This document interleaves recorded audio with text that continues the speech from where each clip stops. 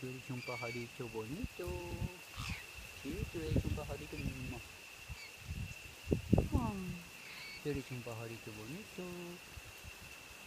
Tú eres un pajarito bonito. Tú eres un pajarito bonito. He's your baby, huh, Hal? Yep. How did this bird come to you, Hal? I think the cat brought him in a very good, bad way. But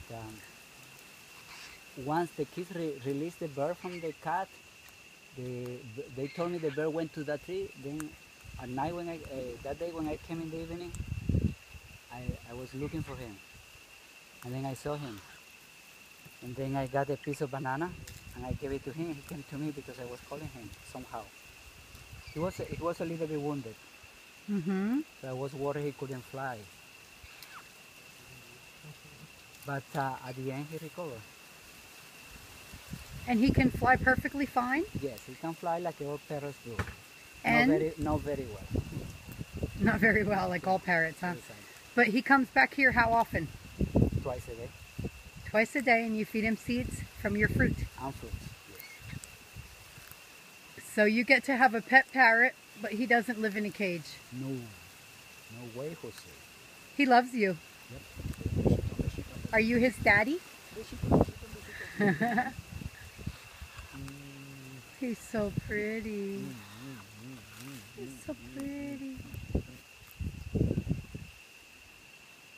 Un besito. Sometimes he nibbles my lips, but he doesn't hurt me. Just a touch.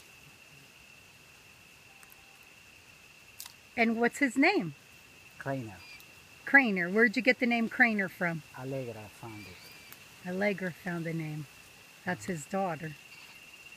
He's a white crowned parrot, right? Yes. A white crowned parrot. But we don't know. I assume he's a male one. Could be female though. But we don't know. We don't know.